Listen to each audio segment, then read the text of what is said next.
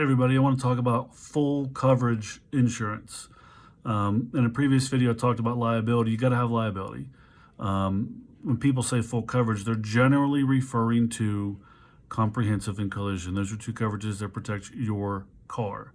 You have other coverages that protect your car, like property damage on uninsured and underinsured. But banks, usually what people are talking about with full coverage, are going to require that if you have a loan on it. Comprehensive and collision. So comprehensive is going to be the quote unquote not your fault kind of stuff. Hitting an animal, most likely in our area, deer. But hitting an animal, theft of your car, vandalism to your car, hail damage is a common example. Car catching on fire is an uncommon example, but I've had it happen. Something falling on it, hitting a moving object in the road, moving being the key word. Those are examples of comprehensive coverage. Glass breakage is also covered under that. Also, collision is the other one that people are referring to with the term full coverage. Collision is going to be if you're at fault at something, hitting another vehicle, or you hit a stationary object. Notice comprehensive, if a big boulder's rolling down the road and you hit it while it's moving, comprehensive. If it's stationary and you hit it, collision.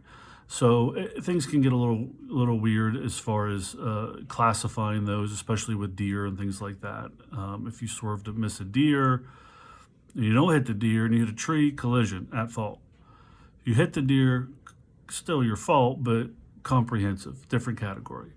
So those all have deductibles. You can go from zero to a couple thousand depending on the carrier and depending on the lender. Most lenders usually cap around 500. They say you cannot have a deductible higher than 500.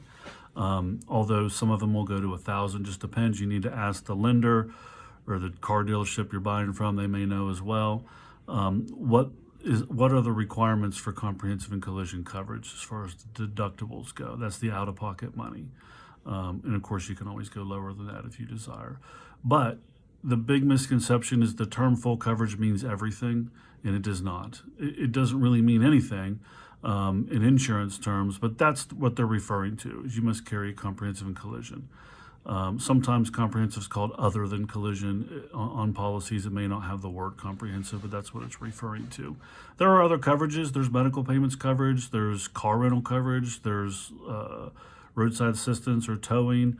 There are other coverages available that are completely optional and not included in what people think is full coverage insurance. So ask your agent, make sure they go through your coverages line by line. I do that as often as I can with people, especially when they're purchasing new vehicles, just to make sure they understand what they have and how it works.